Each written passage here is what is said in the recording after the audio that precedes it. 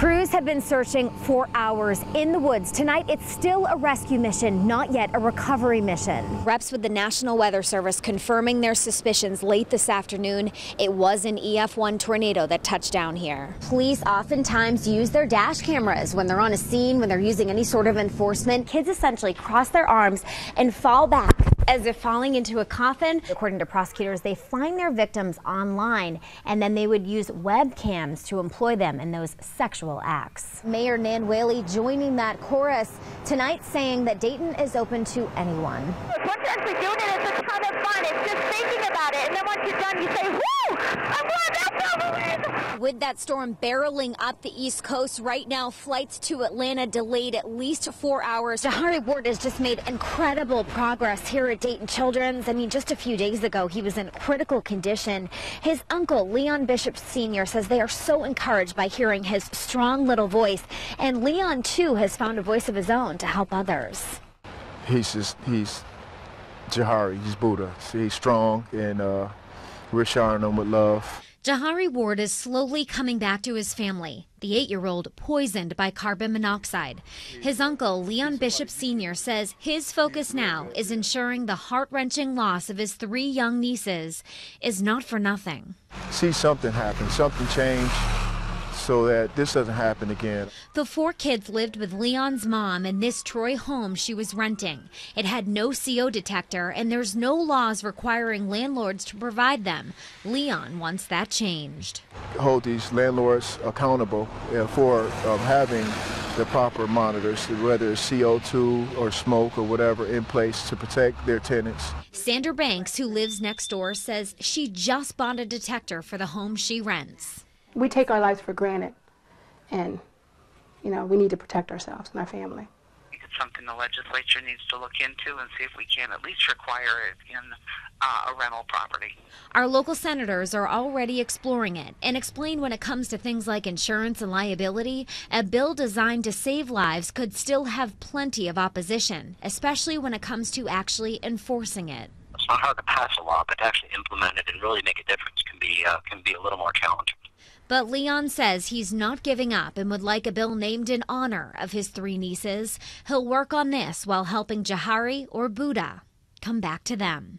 His battle is still a long one, and it's all uphill.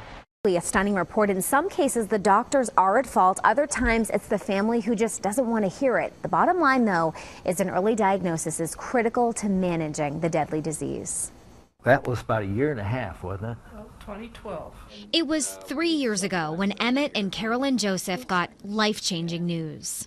Mentioned to me about how I forget things. It was Alzheimer's. To know that your mind is on the line, it was horrible. But with time, we've come to both be very happy that he told us. But only 45% of people with the disease are told they actually have it, according to a new Alzheimer's Association report. We knew that was happening, but when I saw the number, I was really surprised by it. Doctors document the diagnosis, but don't tell the patient. Only when the disease advances, families figure it out. Dr. Kenneth Pugar, a neurologist who's an advocate for early diagnosis, says some primary care physicians perhaps don't have the time to get into it. Oh, by the way, I think mom has Alzheimer's disease and walk out the door. That's going to invite a very long discussion. I think, some doctors, too, are reluctant to give such bad news. In other cases, he says families are in denial. Many times, families and spouses, they don't want to know. This is where the Alzheimer's Association comes in. They have the resources through care and support to help families cope. They can make decisions and move their lives forward. And the other thing is, when nobody talks about it, everybody knows there's something wrong. So then it becomes this kind of elephant in the room that nobody wants to discuss.